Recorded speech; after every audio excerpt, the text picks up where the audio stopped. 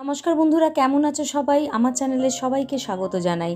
আজ এই পবিত্র রমজান মাস চলছে, সেই জন্য একটা স্ন্যাক্স আইটেম একটু অন্যরকমভাবে করে তোমাদের সাথে শেয়ার করছি। আশা করছি তোমাদের ভালো লাগবে।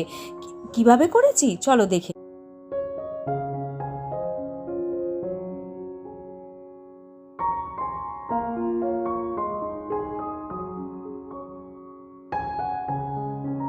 প্রথমে একটা বেগুন নিয়ে নিয়েছি।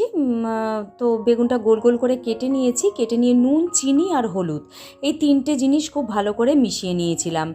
দেখো ঠিক এই মতন মিশিয়ে নেওয়ার পর কিন্তু একটু রেস্টে রেখেছিলাম, মানে একটু রেখে দিয়েছিলাম যাতে করে চিনি নুনটা থাকলে কি হয়, নরম হয়ে যায় বেগুন আর কি। আর দেখো এখানে 2 কাপ মতন বেসন নিয়েছি আর হাফ কাপ মতন চালের গুঁড়ি নিয়েছিলাম। আর এখানে মশলা হিসাবে হার্বস নিয়েছি, মিক্স হার্বস, আর 2 চামচ আমচুর নিয়েছি, গোটা জিরে নিয়েছি, কাশ্মীরি গুঁড়ো লঙ্কা আর হলুদ গুঁড়ো। ব্যাস নিয়ে এর মধ্যে দিয়ে দিয়েছি। মাপ পরিমাপ কিন্তু সব দেয়া আছে আমার ভিডিওতে, তোমরা কিন্তু প্রথম থেকে শেষ অবধি দেখো বন্ধুরা। খুব ভালো হয়েছিল খেতে, তোমরা এটা বাড়িতে করতে পারো। আর রমজান চলছে সেই জন্য আমি এই রেসিপিটা আরও আমি তোমাদের সাথে শেয়ার করলাম। তো দেখো এই মতন একটু মিক্স করে নিতে হবে প্রথম।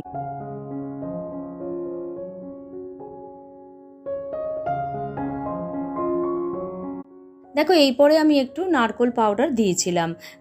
তো সেটা দিয়েও একটু ভালো করে মিক্স করে নিতে হবে এই মতন।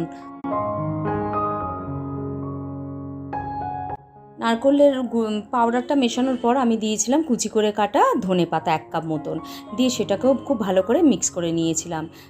এরমভাবে মিক্স করে নিলাম। খুব ভালো করে মিক্স করে নিতে হবে, মিক্সিংটা যেন খুব ভালো হয়। আর জল দেওয়ার পর যেন লাম্পস না থাকে, ডালা ডালা না হয়ে যায়, সেই জন্য অল্প পরিমাণ জল দিয়ে দিয়ে আমাকে এটা মিক্স করতে হয়েছিল।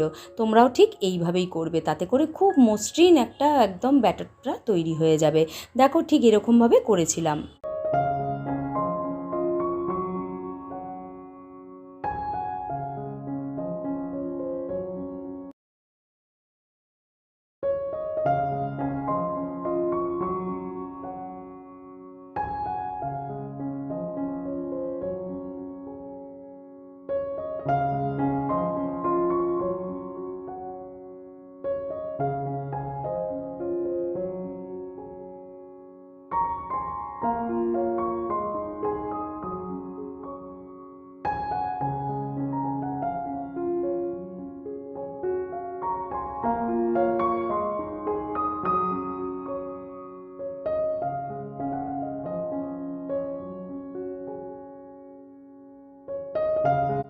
এইভাবে ব্যাটারটা তৈরি করে নেওয়ার পর তারপরে বেগুনগুলোকে নুন হলুদ চিনি মাখানো বেগুনগুলোকে ভালো করে ডুবিয়ে, মানে বেগুনগুলোর গায়ে পুরো মাখিয়ে নিতে হবে এই মতো।